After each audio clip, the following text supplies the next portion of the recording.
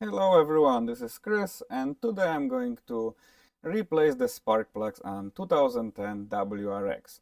This is fairly easy job as on other cars. This is pretty easy job to do, but on WRX or any Subaru, of course you have to go on the side. The cylinders are on the side and the spark plugs are on the side, so you are limited with the space.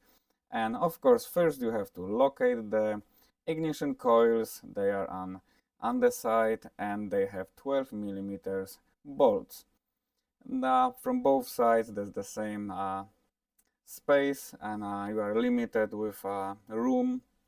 You can work from the bottom of the car or you can work from the top. I'm just working from the bottom because I was changing the brakes on this car, so the car is on the lift, so I can work from the bottom.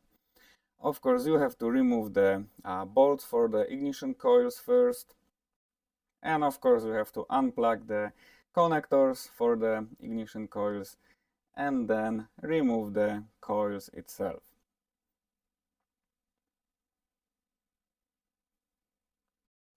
Some of them are easier to remove from the top, some of them from the bottom, but it can be done both ways. So that's doesn't matter if it's from the top or from the bottom.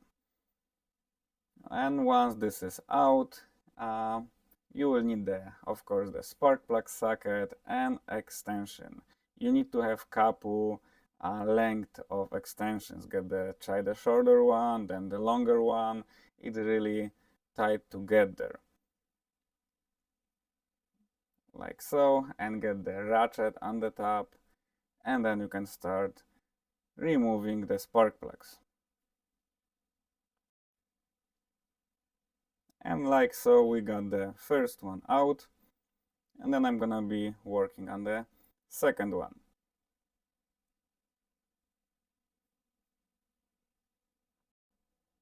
And remember guys, when you're going to remove all of them and when you start putting the new spark plugs in, just be careful, don't break them, because I've seen so many of them that came to shop with misfire, and after removing the spark plugs I found cracks on the spark plugs.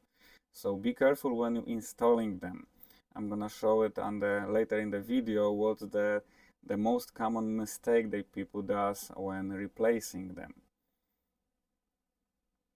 So that's the second one out, and this is the new one. And of course, remember to gap them. You can use one of those gap tools from Arizona O'Reilly, the not expensive one, or if you got some really nice one, you can use the better tool to gap them. Of course, the gap going to vary from the boost level that you're running. Of course, if you're running high boost, you want the smaller gap, and if you're running the lower boost, the gap can be wider. So then, when you're installing the new one, just be careful. Look that I first put the socket, and then I put the ratchet on the top. And then when you're going to tighten them up, this is the view from the top actually. I just want you guys to see it. You can remove the socket with the ratchet itself. Just remove the ratchet first and then the extension with the socket. This is the mistake that the people does. They try to remove the socket with the ratchet itself, and then they breaking the spark plugs. And then I can see a lot of cracks on the spark plugs. So like I said before, this can be done from the top or from the bottom.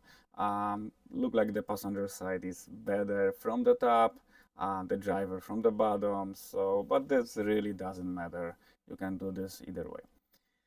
And make sure that when you're installing the ignition coils, that you install it correctly on the spark plug. Tighten this up, and then just don't forget about the connectors, of course. And that's pretty much it, guys. So if you guys have any questions, that's fairly easy job, but the only problem is that there is not much room to remove the coils and spark plugs, but you gotta be patient and it can be easily done. So that's about it, guys. If you guys have any questions, let me know, and have a good one. Good luck.